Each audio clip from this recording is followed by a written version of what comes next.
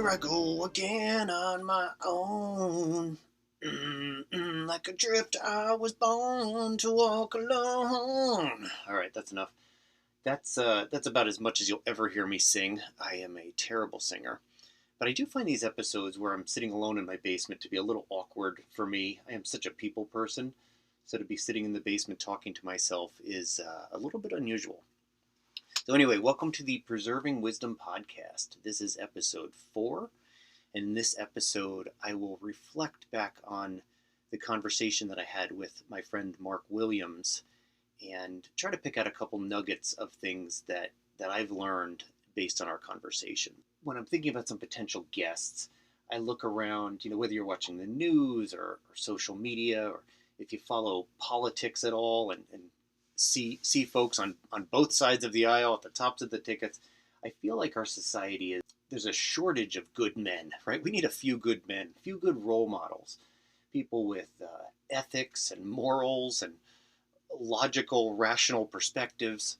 One of the things that I've always admired about Mark, he is just a very consistent, stable, kind, nice, loving man. During our conversations, it was just such clear evidence of a life well lived.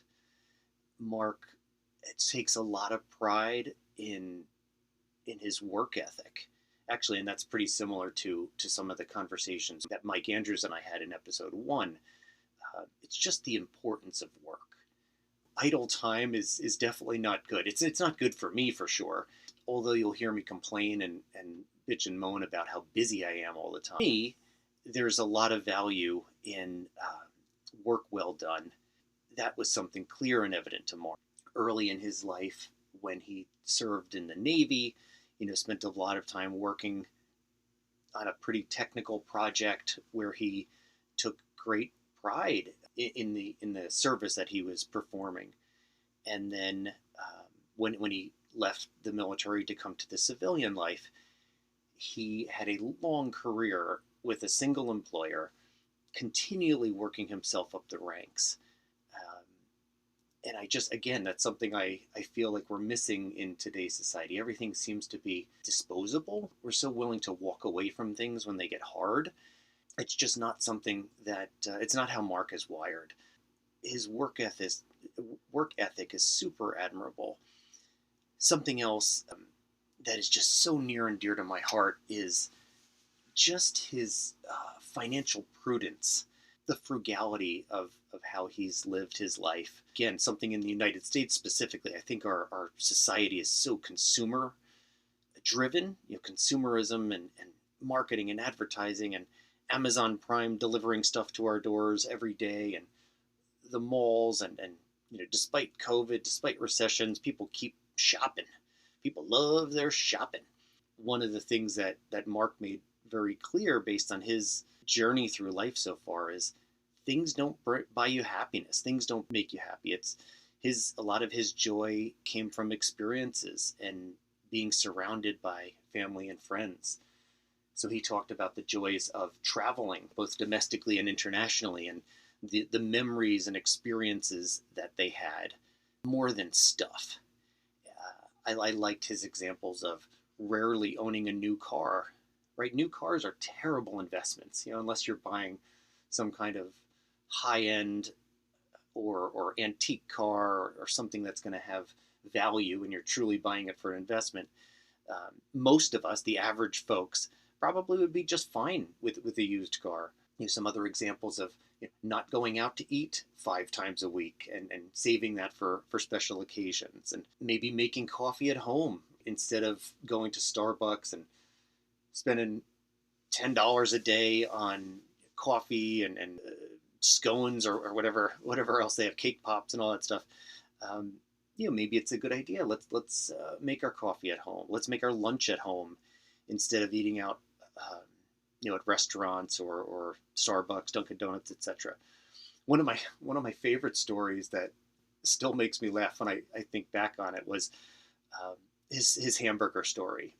So, and if you haven't listened to episode 3. I'd encourage you to go back and start there. But the essence was, he had bought 35 hamburgers for 12 cents a piece, or whatever the dollar amount was, kept them in the fridge for the week. And every day at Disney, each kid would get their allotment of 2 or 3 cheeseburgers in their fanny packs. And, while they went to the park, that's what they ate. Just goes to show you that you don't have to make a fortune to have really memorable experiences, right? You can travel on a dime. I think it's just a good lesson for all of us, like some more financial literacy, some more prudence with how we look at the value of money, right? And I think money is good, and certainly earning a lot of money helps people do more planning and have more control. But I think it's never too early to start teaching kids. So any parents out there that haven't started financial literacy things with their children, it's critically important. The earlier we start, the better. And then during our earning years, just to be as prudent as possible. Save as much as you can. Save for the things that are really important to you. Yeah, I guess the last big takeaway, which is one of the things that I find to be super important, and it kind of goes back to the thought of having male role models in our society, in our personal lives, right?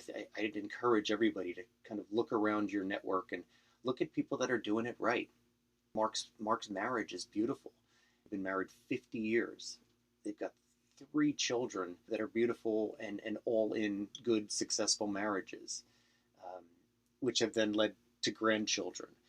When we talked, Mark just has such a simple perspective on life, which is just beautiful. It's, just be nice, be kind throughout the marriage, never really raising their voices to one another, right? I think it's healthy that we communicate well in marriages, but we don't have to yell to get our point across. We talked a lot about flexibility, right? Not have to win all the time, knowing when to pick and choose your battles, right? Not every topic is certainly worth bringing disharmony to your family and your household. Don't think this happens by accident, right? So if you looked at his parents, which were successful, Mark and Linda successful, now his children having successful homes, there's just something to it. And I know, I think of myself, I feel fortunate and blessed to have good role models, and whether it's my mother or people like Mark in my life, I feel very grateful to have people that kind of show me how to do that sort of thing. Again, not to belabor, just like Mark, he's a simple man, but he's lived a good life and wants to be remembered as somebody who is just a nice guy. And it's beautiful. I think if more of us aspired to be remembered that way, as opposed to whatever the alternative is, right? Somebody who's super successful and worth millions of dollars net worth, or drives this and drives that. I think just thriving to be remembered as a good man is certainly a goal worth aspiring to. So that's it. Those are my reflections on my conversation with Mark. I'm incredibly grateful for having the opportunity to sit down with him. I hope you all listened to that episode and took little pieces of wisdom away. And I look forward to connecting with you in a few weeks with my next guest.